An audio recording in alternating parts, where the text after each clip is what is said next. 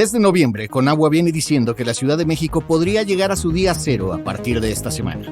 Absolutamente todas las alcaldías de la ciudad y los municipios del Estado de México presentan sequía. Ahora que el problema llegó a nuestra casa, a nuestra ciudad, a una vida cotidiana que pensamos que tal vez no nos iba a llegar, la catástrofe ya llegó a nosotros. ¿Qué podemos hacer? Marcos Sandoval es director de proyectos especiales de IONAG+, una empresa social de tecnología del agua con soluciones muy innovadoras para la crisis, como un sistema para desinfectar grandes volúmenes de agua de manera instantánea. Imagínate un dado en donde vienen esas cerámicas con un pequeño flotador en la parte superior. Tú lo pones en un tanque, lo sueltas adentro y va a flotar. Allá adentro va a vivir durante 2 años y toda el agua que pueda entrar en ese tanque la va a desinfectar y la va a tratar. Esto es un sistema de desinfección al contacto. Y hay otras soluciones al alcance de nuestras manos y de nuestros bolsillos. Gilberto Alcaraz es directivo de Elvex, una compañía 100% mecexicana que acaba de desarrollar el WC más ahorrador del mundo. El baño es uno de los lugares donde más veces al día vas, que no es lo mismo usar el WC con una descarga de 8 litros de 12, 2.5 que acabamos de lanzar, un WC mecánico que trabaja en 2.5 litros. 2.5 es del tamaño de la botella de refresco. 2.5 litros es del tamaño de una botella y eso te va dando dimensiones y tiene que ver con entender cómo atacar el problema desde lo que haces todos los días. Platicamos con ellos porque hay soluciones muy mexicanas a esta crisis del agua. Si no logramos resolver esto, muchas de las cosas que estamos viendo, electromovilidad, energía, no tienen sentido, porque el agua es esencial para la vida. Después de eso, lo que quieras.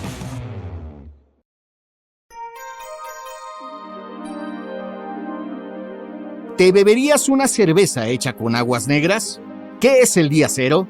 ¿Cómo es que el agua cotiza en bolsa? Aquí te lo vamos a contar. Yo soy Javier Bravo, bienvenidos y bienvenidas a Cabina Didi. Esta vez para conocer algunas soluciones de tecnología mexicana a la crisis del agua. Parece que año con año, en temporada seca, el Valle de México vive al borde del colapso hídrico. Pero de alguna manera siempre la libramos con las lluvias. El problema es que cada vez llueve menos.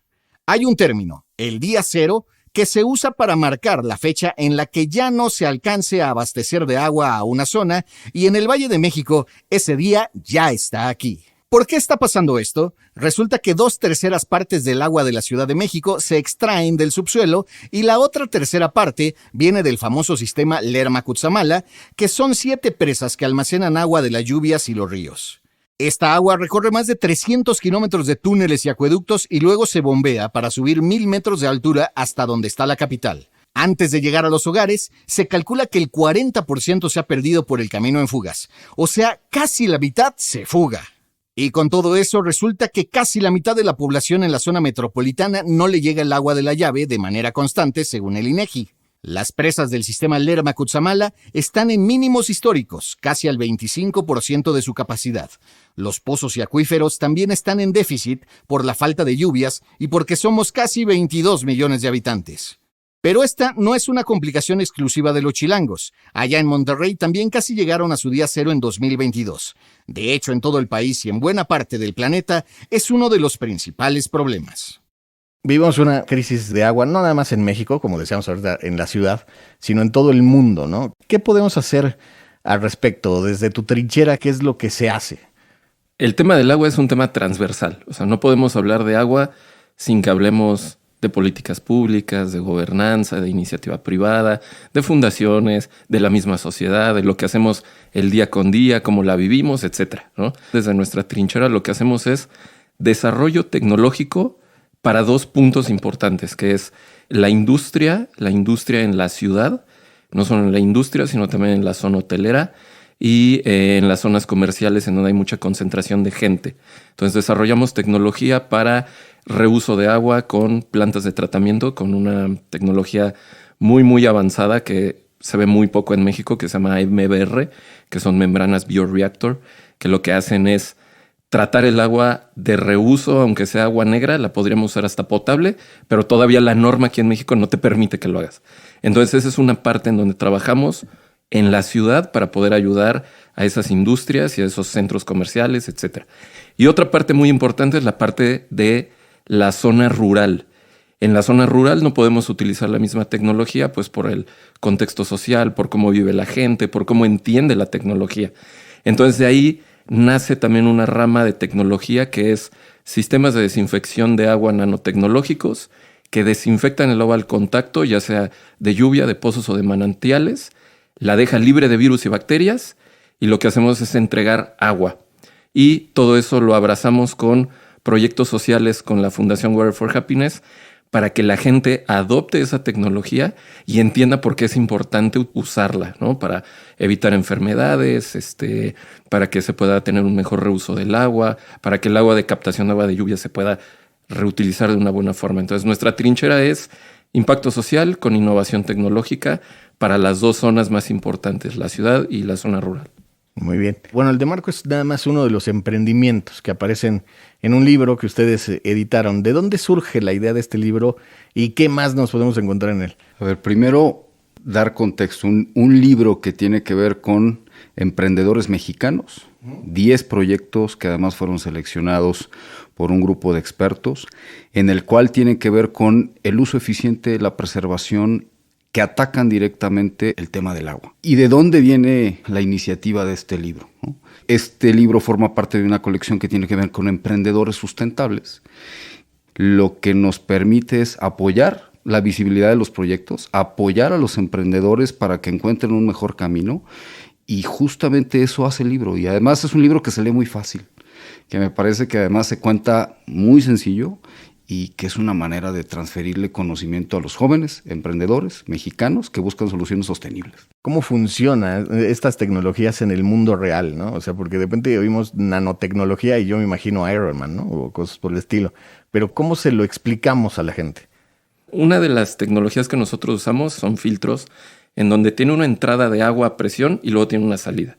En esa pequeña membrana lo que hace es limpiar toda el agua. La podemos usar en agua salina, en agua jabonosa, en aguas negras, etc. Pero un poco el concepto es, entra a presión toda el agua sucia, dentro de las membranas se quedan atrapadas todos los virus, las bacterias, grasas, todo lo que tenga de contaminantes el agua, y a tu salida sale una agua completamente limpia. Estas membranas tienen unos nanómetros súper chiquitos, o sea, quiere decir que son como pequeños popotes, pero que no son ni siquiera más anchos que un cabello. Entonces no hay forma de que pueda entrar ningún patógeno, ningún virus, nada. Entonces terminas teniendo una calidad de agua superior a la que teóricamente tienes que entregar.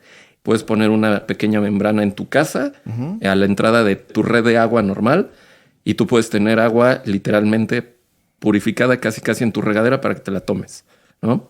Y puede ser desde muy chiquita, pero ya en temas de industria, pues tienes que hacer plantas muy, muy grandes y dependiendo qué contaminantes tú quieras quitar.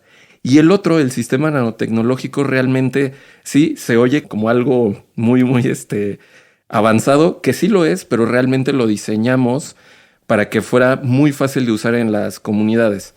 Imagínate un dado en donde vienen esas cerámicas dentro de ese dado con un pequeño flotador en la parte superior. Tú lo pones en un tanque de una comunidad rural en donde están captando agua de lluvia o están llevando agua de manantial.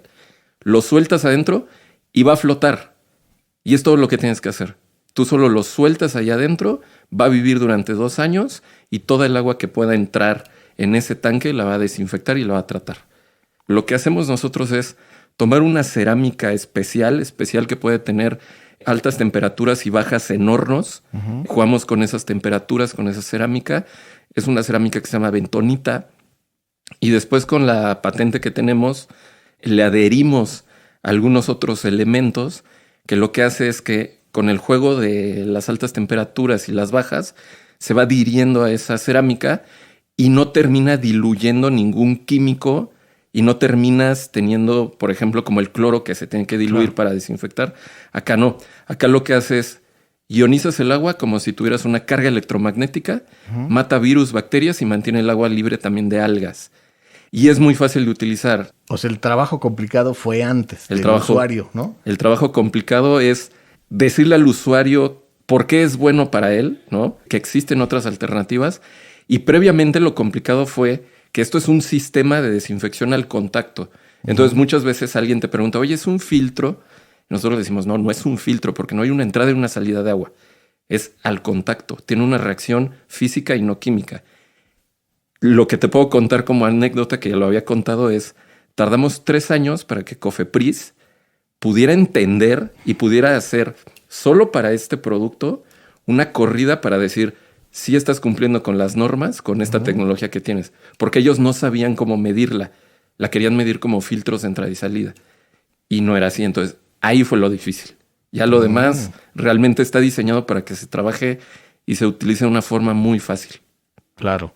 Sí, suena, digo, sobre todo pensando en el primer concepto que es purificar agua negra, ¿no? Aguas negras. Suena como que tienes que hacer mucha labor de convencimiento, ¿no? O sea, hace poco veía que van a hacer cerveza con lo que eran aguas negras, pero obviamente la gente lo primero que hace es así como que la ve de lejitos, ¿no? Supongo que eso también ocurre en este caso, ¿no? Sí, en el caso de las membranas de ultrafiltración de MBR, tú puedes lograr eso. O sea, puedes lograr eso. Pero siempre todos estos diseños y estas tecnologías pues tienen que ir a la par de las normas y de las leyes de cada uno de los países. Esa ley no existe en México, pero con la tecnología que nosotros hacemos lo podemos lograr.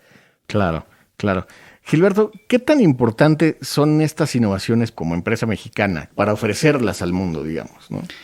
Esta es una marca, lo dijiste, mexicana, 100% mexicana, que tiene más de 70 años y que, por dar un dato biográfico trascendente, tiene la primer patente de un grifo de agua, una llave de baño, que tiene una patente de uso eficiente ahorrador del agua. Cuando hace 50 años nadie hablaba de este tema, ya había una marca en México que se preocupaba por buscar la eficiencia en los grifos, ¿no? Y de ahí para acá, una serie de desarrollos que se han vuelto tecnología de esta marca de México para el mundo, que le han ahorrado miles de millones de litros de agua desde la innovación, desde una marca que tiene en sus productos y que los masifica y que los permite hacerlos muy accesibles para que cualquiera tenga acceso a esa tecnología y permita el uso eficiente. Y conecta perfectamente con los innovadores y con el libro, porque lo que buscamos es cómo empujamos a estos innovadores mexicanos, a estas empresas mexicanas, para que alcancen este nivel de masificación, de que alcancen a las empresas los lugares correctos y las instituciones correctas para que sus proyectos se amplifiquen, se vuelvan exitosos y que se traducen en verdaderamente proyectos que traen un círculo virtuoso para la sociedad. Y adicional, y lo decía hace rato, pero tiene mucho que ver, cómo impulsamos a que nuestros jóvenes también lo vean como una forma de vida. Cómo lo vemos para que piensen los estudiantes no solamente en estudiar una carrera, en estudiar una carrera que tenga que ver con tecnología, innovación y pensar en dónde emplearse, sino como ellos emprender proyectos que además tienen trascendencia en probablemente el reto más grande que tiene la humanidad, que sin duda es el agua. Yo no creo que haya alguien que se atreva a decir que el reto más importante que tiene la humanidad no es el agua. Verdaderamente, si no logramos resolver esto, muchas de las cosas que estamos viendo, el que me digas, electromovilidad, energía, no tienen sentido, porque el agua es esencial para la vida. Después de eso, lo que quieras. Pero primero, evidentemente, la preservación del agua como el medio más importante para sobrevivir junto con el aire. Oye, ¿qué otros proyectos hay en este libro que puedan ser tan heroicos de cierta manera como el de Marco? A mí hay uno que en particular me sorprendió mucho cuando leí el caso que tiene que ver con una empresa que se llama Tubepol, un grupo de emprendedores que ayuda a reparar las tuberías. No, tal vez no tenemos la conciencia, y más en una ciudad como México, por el tipo de suelos y por el tipo de contracciones que tienen estos suelos. Las tuberías que fueron diseñadas y colocadas hace 50, 60 años están llenas de fracturas y están la conexión realmente con muchas deficiencias. Pero arreglar esa cantidad de miles de metros de tuberías es costosísimo. La forma en la que esta empresa trabaja tiene que ver con, igual, membranas de alta tecnología que las inyectan dentro de las tuberías y crean una nueva tubería dentro de una tubería que ya pasó su tiempo de vida y la reviven y le permiten, con un costo que ronda el 10% de lo que costaría una reparación tradicional, pues vuelven a convertir esa tubería en una tubería funcional. Por ahí hay otro que tiene que ver con limpiar las aguas que salen de la industria del alcohol, que en el proceso de la generación de los alcoholes hay una contaminación de muchas de estas aguas que no permiten el uso de nuevo. Entonces, a través de igual nanotecnología y químicos, lo que permiten es recuperar y poder utilizar esas aguas para la misma producción. Soluciones muy a la mexicana para un problema global. En el mundo hay 2.200 millones de personas que no tienen acceso al agua potable. Esto según la Organización Mundial de la Salud. Eso es más de la mitad de la población del planeta. El agua es un bien cada vez más escaso y su acceso es uno de los derechos humanos reconocidos por la ONU desde 2010. Desde 2020, el agua de California cotiza en la Bolsa de Valores de Wall Street, de la misma manera que lo hace el trigo o el petróleo o el oro. Se llama mercado de futuros y funciona así. Una parte se compromete a entregar a otra un activo en una fecha determinada, así que el precio que discuten no es el de ahora, sino el que creen que va a tener en ese momento, dependiendo de un montón de factores. El agua, imagínense, en verdad será el bien más preciado del mundo. Mi querido Marco, ustedes también han trabajado, entiendo, en zonas de catástrofe, en zonas de desastre, donde, bueno, pues lo primero que falta es el agua potable, evidentemente, ¿no? ¿Cómo lo hacen? Y sobre todo en un mundo que va encaminado a convertirse también en una catástrofe, digamos, de alguna manera. Mira, es un poco difícil porque voy a acotar un poco a lo que estábamos comentando del tema del impulso del libro. Como bien lo decíamos, el agua es transversal en todo. Entonces, sabemos que en el libro hay emprendedores que se dedican a la agricultura, otros a lluvia, otros a tuberías, ¿no? El agua también tiene que ver con todo lo que nosotros tenemos al día a día, ¿no? Nuestra ropa, los celulares, todas las producciones que tenemos, nuestros tenis, nuestros carros. Si no existiera agua, bueno, pues no solo no viviríamos, sino simple y sencillamente ninguna industria podría tener sus procesos como en un tema también de impacto económico, ¿no? Entonces ya podemos hablar de que por eso el agua ya está cotizando en la bolsa, ¿no? Es una locura, pero ahí está. Entonces, como es tan transversal, pues de repente sí todos los actores, aunque escuchemos que no estamos en el mismo core, nos vamos a cruzar en algún momento. Y eso es importante hacerlo ver a todos, ¿no? A todas las industrias y los que estamos el día a día en casa. Cuando suceden estas catástrofes es cuando volteamos y tal vez podemos decir, ya nos habían dicho, pero pues no creímos que iba a pasar, ¿no?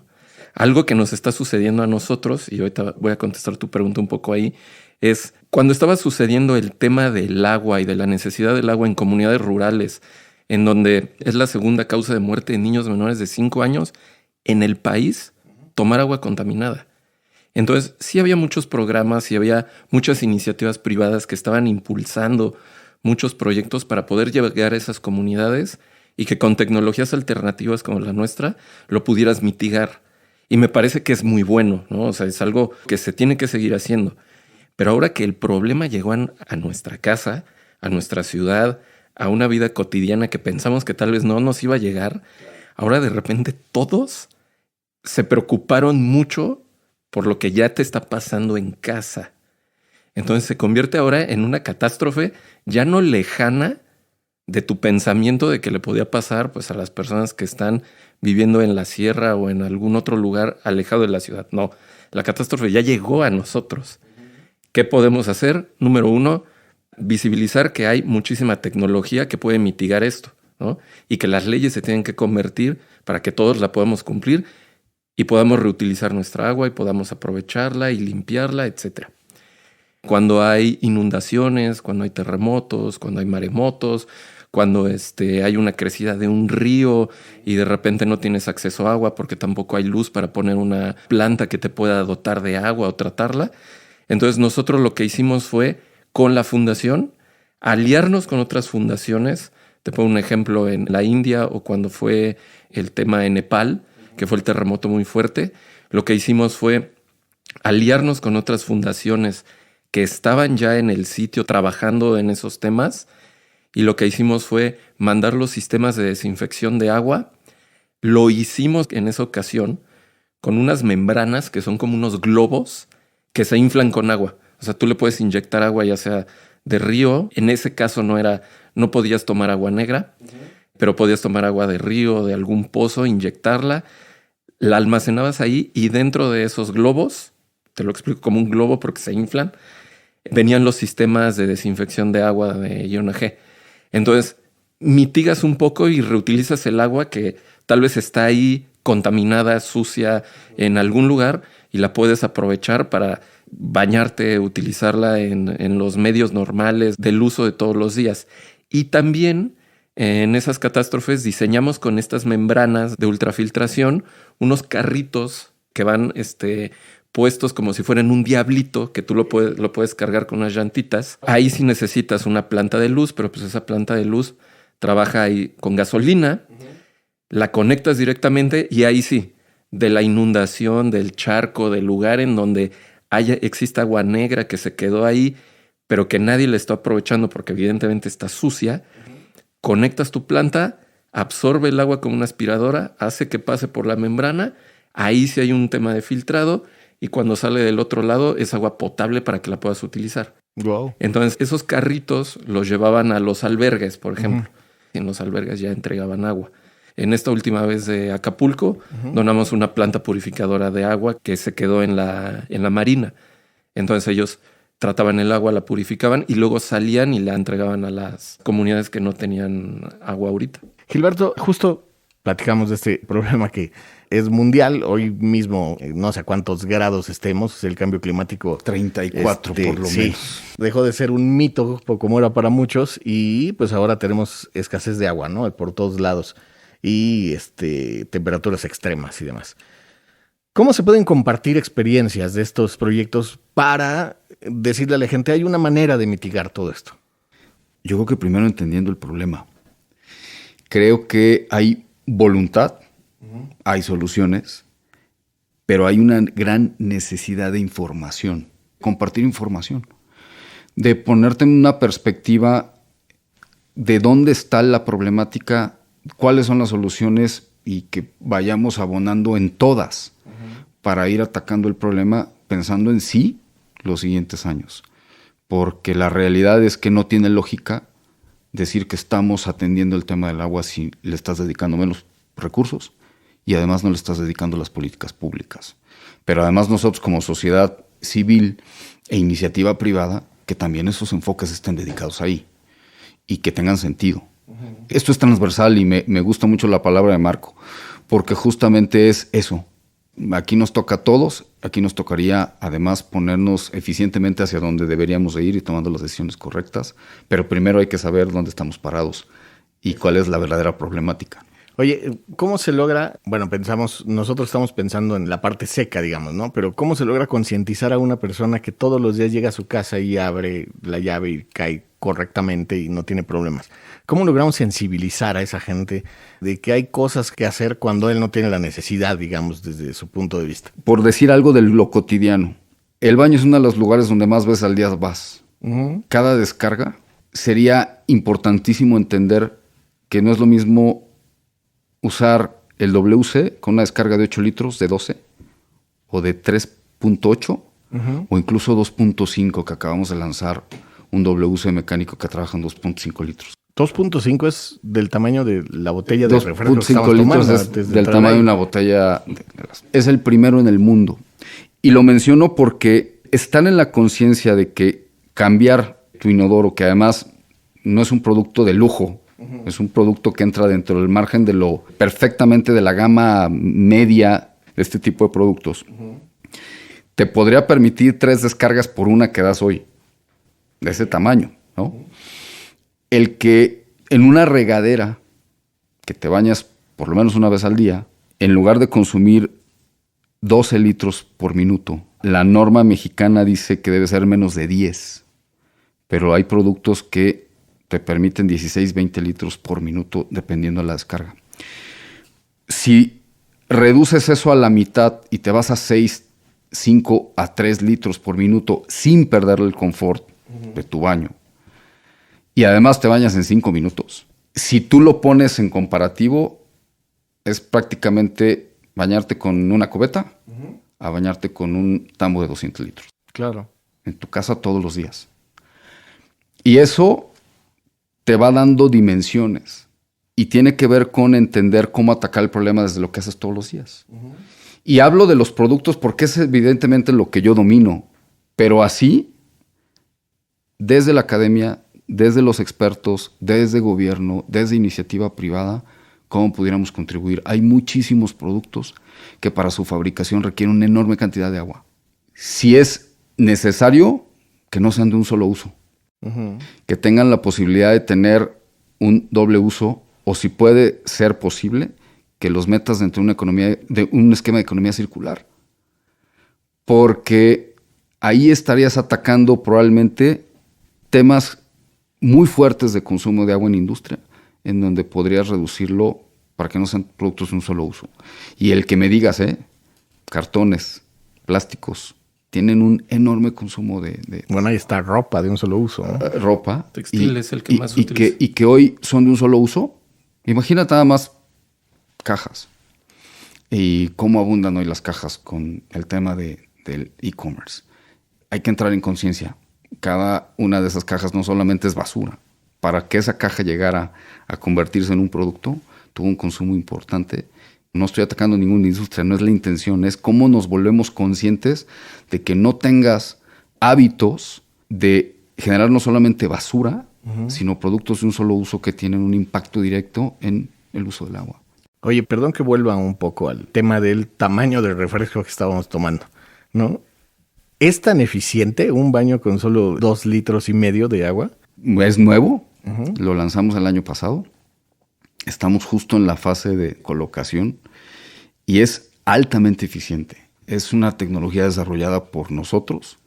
Se llevó varios años. No es un producto que nació ayer. De hecho, O sea, no fue una ocurrencia de no fue una ocurrencia. Durante años la empresa estuvo buscando un WC mecánico, porque hay en el mundo de repente algunos WCs que tienen consumo incluso menor de 2 litros, pero que utilizan energía eléctrica y una bomba para presurizar y generar el sifón que hoy de manera normal eso usas. Eso tiene un costo y una instalación que se empieza a salir ya de los rangos de la masividad. Y entonces ya no es tan simple porque necesitas una adaptación eléctrica y necesitas una instalación, y incluso hay baños secos, ¿no? Hay WC secos, sí, pero tienen una complejidad que te va generando que no sea una opción viable. Este tipo de productos lo que te provocan es que se pueda volver masivo muy rápidamente, porque lo dijiste tú, cuando piensas en 2.5 litros de agua, pues sí piensas en una botella de refresco, y con eso tienes una descarga muy poderosa y eficiente. Y estás descargando una tercera parte de lo que descargaría, incluso menos, un WC promedio en México. Que además ya muchos de ellos ya están considerados grado ecológico, ¿no? O sea, ya están considerados por debajo de los 12, 8 litros que en algún momento en México, durante los años 90, incluso todavía se vendían muchísimos de esos tanques que eran gigantes, ¿no? Sí. Y que se han venido controlando. O las dobles descargas que tampoco ayudan mucho. No, el éxito de un producto de este tipo es poderlo masificar, que sea muy eficiente, que puedas quitar uno y poner otro con las complejidades que eso requiere, no es algo tan sencillo, pero que sí estarías entrando en la conciencia de que tu consumo bajaría a una tercera parte. Ahora, este producto además está muy pensado para vivienda media y vivienda media popular. No estamos hablando de un producto de lujo. Claro. Voy contigo, Marco, ya para terminar. Algo que le quieras decir a la gente sobre el ahorro y esta posibilidad de convertir, ¿no? De reciclar, pues. En la Constitución Política de este país, en uno de sus artículos dice que el agua es un derecho humano. Que tú tengas el derecho al agua y la pagues no quiere decir que la puedas desperdiciar regando la banqueta. La banqueta, ¿no? La banqueta con tu manguera, con tu manguera. Eso no es el derecho humano al agua. En este país el agua es relativamente barata. En las escuelas es subsidiada al 100%. Pero de todos modos esas escuelas no tienen ni la tecnología y no tienen la infraestructura para que la cantidad de niños que van a esas escuelas se pueda limpiar esa agua o se pueda tratar. Yo coincido y esa es la razón de estar aquí. Nosotros creemos en la educación y en la innovación como un medio de poder mitigar este tema o hacer un uso mucho más eficiente. El libro lo que pretende es transmitir conocimiento, compartir información, exponer casos de éxito y empoderar a quien lo tiene, a quien lo lee, que justamente nos permita seguir creando un entorno en donde el tema del agua se hable, se comunique, para que todos podamos trabajar de cara a este reto que es de todos. Muy bien. ¿Dónde se puede encontrar el libro para la gente que esté curiosona? Salió justamente desde el mes de marzo, está en las librerías, lo pueden encontrar en cualquier librería, la verdad es que lo he visto en varias sin buscarlo, tiene un 10 grandote en la portada, Okay. Es una portada azul-verde o verde-azul, y es muy fácil de leer, es apasionante entender también los retos con los que ellos se enfrentaron para poder llevar a cabo la realización de este proyecto o estos proyectos. Y me parece que se disfruta mucho. Ya me dijiste del libro. ¿A ustedes dónde los podemos encontrar? Síganos en nuestras redes sociales. Estamos en Instagram, Facebook, Twitter, X, elvex.com, las redes de Elvex, o en el sitio web. Y ahí pueden encontrar información de todo, incluyendo el tema del libro, incluyendo también temas de fundación, incluyendo capacitación. Ahí pueden encontrar toda la información. Nosotros en Instagram y en Facebook estamos un poco más activos ahí, como IONAG Oficial, IONAG.oficial, y en nuestra página directamente ionag.com.mx. Muchísimas gracias. Gracias. Esto fue Cabina Didi. Muchas gracias por escucharnos. Este episodio fue producido por Quizay Estudios para Didi.